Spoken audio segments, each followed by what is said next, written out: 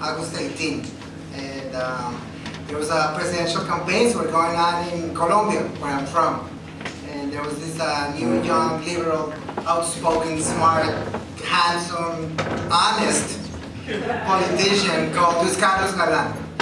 And he had promised to steer the country out from corruption, and we have a lot of corruption down in Colombia. And nobody has ever, as a politician, ever even mentioned that, because there's so much of it that they're all in fear of this. It's not, you just don't say that. So for people, when I was at the time, I was attending law school, and this idea that there was actually somebody who was a political leader that was trying to take the country into a direction of some kind of normalcy was like this incredible futuristic idea. And everybody was super excited about him.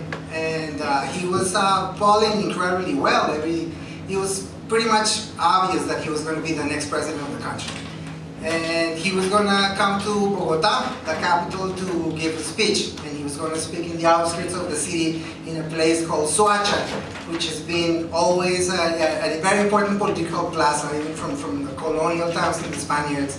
It was an old native South American place that was kind of a sanctuary, and there was always a place where people got together to converse and discuss the future of community. So this had become always a very important plaza for politicians ever since. And Galan was speaking over there.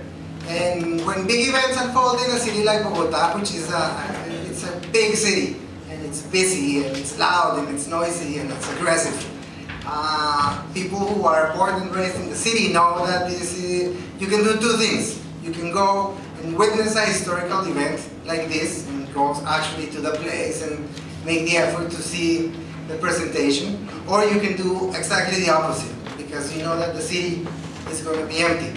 It's going to be yours, because everybody's going to be there.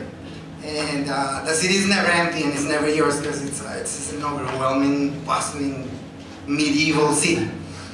And so I decided that I was going to be able to read about this next day in the paper, and that I was just going to go do something else.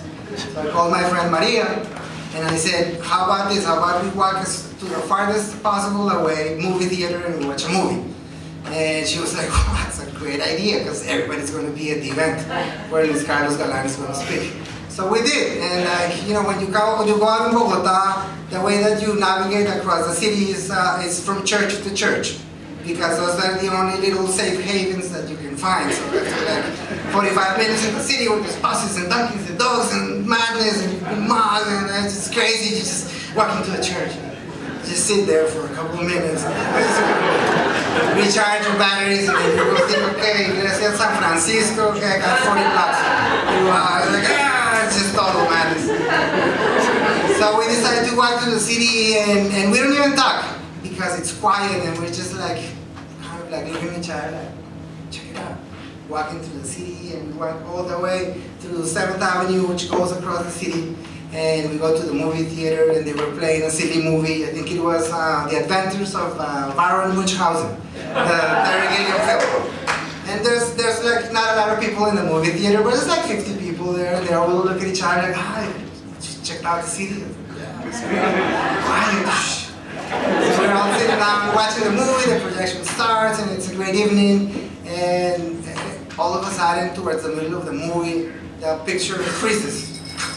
And it burns. I don't know if you've ever seen film burn when the projection fails. And you was kind of like, wow, that's fantastic. And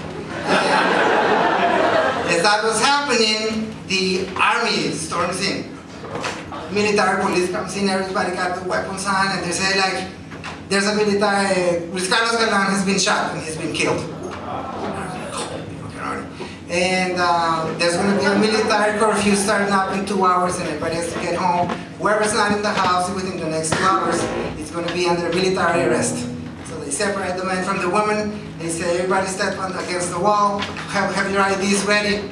And it was like super stressful. The whole thing just went in a totally different direction than expected. I'm standing like this, you know, got my ID in my mouth, and you're like, okay, don't move, don't look suspicious, don't do anything. What do I have in my pockets? I don't know. And I look at the guy next to me, and he's looking at me. He looks at me. He looks like moving away from me, and I'm like, that's odd. And I look down, and I see that my underpants are hanging out from the jeans. And I'm kind of like, how's that possible? It's like a wardrobe conundrum. What's going on? And this raises a lot of suspicion. So I'm taken away into the projection room, and like the army's there, the radio is like, we got a situation here, somebody gotta come and check this out, I don't know. So the colonel comes in and he looks at everybody and says, we have a suspicious man. And looks suspicious to me. They're all very nervous. And the colonel looks at me and he says, there's only one way to solve this problem. And I'm like, okay, it's like, you might not like it, but this is the way to do it. And if you don't do it, you're gonna go to prison. And tonight is a historical night, and it's a day of darkness, and it's not going to go well for you. So this is the way it's going to go. And I'm like, okay, what do you want me to do? So he sets up aside, pulls out his gun, and he loads up, and he holds it like this, and he says, take your pants off. And I'm like, oh shit.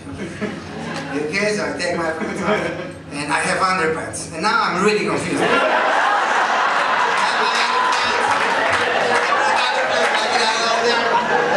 And he says, this is not a suspicious man. This is a stupid kid. And he says, there's a time in life where you have to start picking up after yourself. Come on, you're a man. Just think. All around walking like that. And what happened that after years of thinking about this, I think I just put my dirty pants on and I had left my